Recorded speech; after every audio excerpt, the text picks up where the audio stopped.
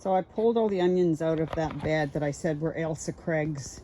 I'm not sure if that's what they were or not, but because there's no airflow apparently in the cage when it gets later in the year, it's not dry enough in there. And as you could see from the previous shots, the moss is growing like crazy on the soil. So I pulled them all out because some of the leaves were getting a bit moldy looking. But they're good once they're cleaned up, but they're beautiful. We can use them as spring onions or cooked onions. So those will be fine. But yeah, I've taken everything out of there now except the brassicas. And I've got more spring onions on the ground. The pak chois are doing fine. They've been so far pretty good. The cinnamon on them seems to be holding the fungus gnats at bay. Whether or not that's true or whether it's just the time of year, I don't know. But that's about all I've done today. It's October 31st, Halloween night, and I have a tomato growing out of, sorry about the angle, I'm upside down, growing out of the bottom of my compost bin. Now, if that ain't freaky, I don't know what is. Well, we mounded up the potatoes and put something over top of them. It's all an experiment to see how long they'll last.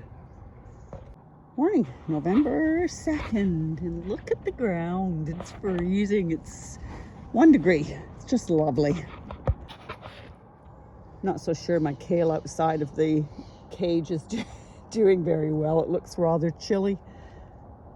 Maybe I'll fleece them and see if that'll help. The spinach seems to be holding its own though, but I'll throw some fleece on them too. Temperature in the polytunnel, 0. I'll have to fleece the potatoes in here. They don't, they're not dead, but they're probably not happy either. But we will fleece everything because I want to make sure we give the experiment the best chance possible.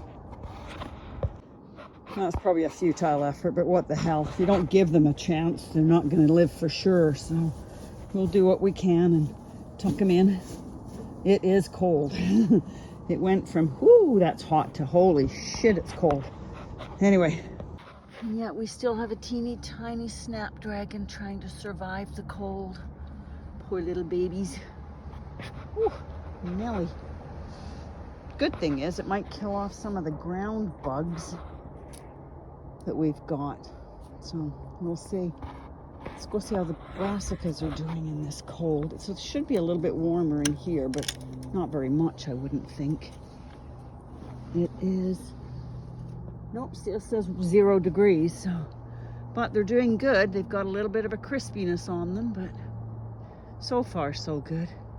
Like I say, it's all a big experiment. Spinach and kale in here is doing much better. Note to self. Yeah, good stuff. Excellent.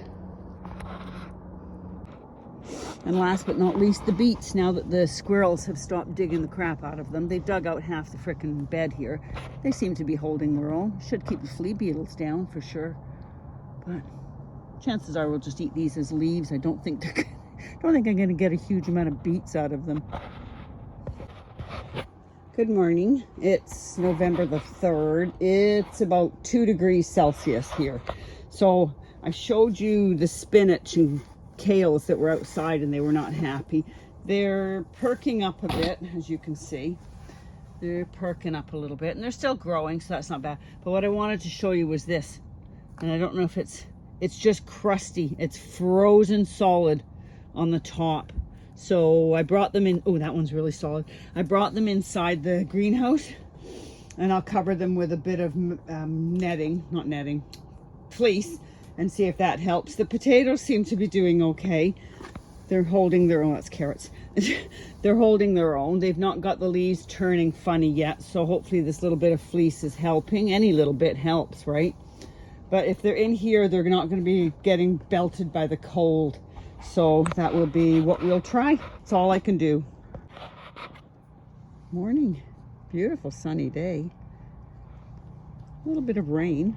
That's like... it's a bit of rain. Holy shit, that's cold. We had a huge windstorm last night. We have no power. It's been out for hours. and it's probably not going to be back up again for a while. There's thousands of people without power, but everything in the yard looks good so far. Bit cold. Broad beans are holding their own.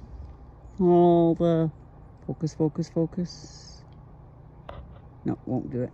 All the brassicas are fine. Everything looks good. Yep. Oh, holy crap, that blew a pot off of the shelves from back there, but that's okay, I picked that up. And it looks like Mr. Frickin' Mole is now here. Bastards, man. It's not one thing trying to eat everything, it's something trying to dig up everything. Oh, Lord. Anyway, I covered the potatoes up, not because I thought it would do them any great good, but because it will hopefully keep a bit of the frost off them. So we'll see. Other than that, everything's survived. Thank goodness. Okay, still sunny out, still chilly. Power's back on. Woo! Thank you to all the power boys and girls out there that fixed all that. I just thought I'd show you. I brought these inside. I've pruned them right down. I've never been successful overwintering geraniums before, so I'll give it a shot. What the hell? So I brought the pots right in here. I'm not even going to dig them out. I'm just going to leave them in here and see how they do next year. Cheapest chips for me to buy here at the garden center, so I don't really worry about it if they die or not. Ooh, good morning. It's November the 9th, and as you can see, everything's frozen. Actually, frozen solid.